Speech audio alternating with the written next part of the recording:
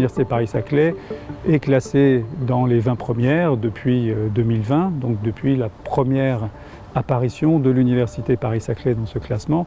Pourquoi est-ce qu'elle est apparue directement dans les 20 premières?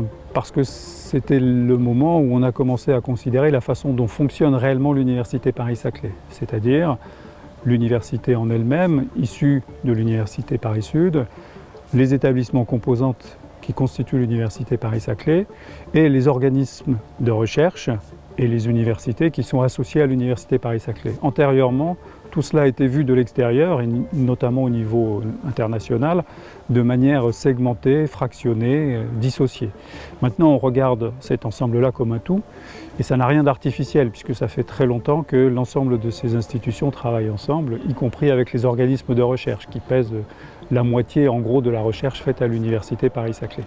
Et du coup, on a fait un bond dans le classement de Shanghai entre la façon dont était classée individuellement, notamment l'Université Paris-Sud, et maintenant la façon dont est classée l'Université Paris-Saclay.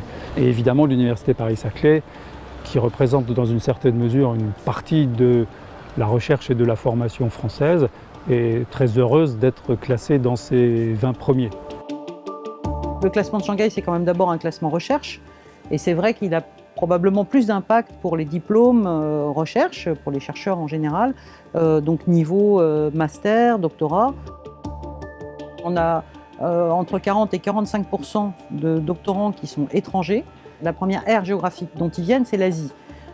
C'est un endroit aussi où on a un impact plus fort, je dirais, ou un regard plus attentif à ces classements-là. Donc ça a un impact, je dirais, sur l'attractivité vis-à-vis de ces étudiants-là, qui viennent soit pour venir en master, soit en doctorat ensuite. Je dirais qu'au-delà d'avoir des retombées en termes de satisfaction, ça fait toujours plaisir d'avoir une belle reconnaissance, je pense que c'est surtout des retombées en termes de visibilité et d'attractivité. En fait, il y a vraiment un enjeu, c'est d'être dans les 20-25 noms que les gens arrivent à retenir. Et quand on arrive dans le top 25, le top 20, ça permet en fait d'être très visible à l'international.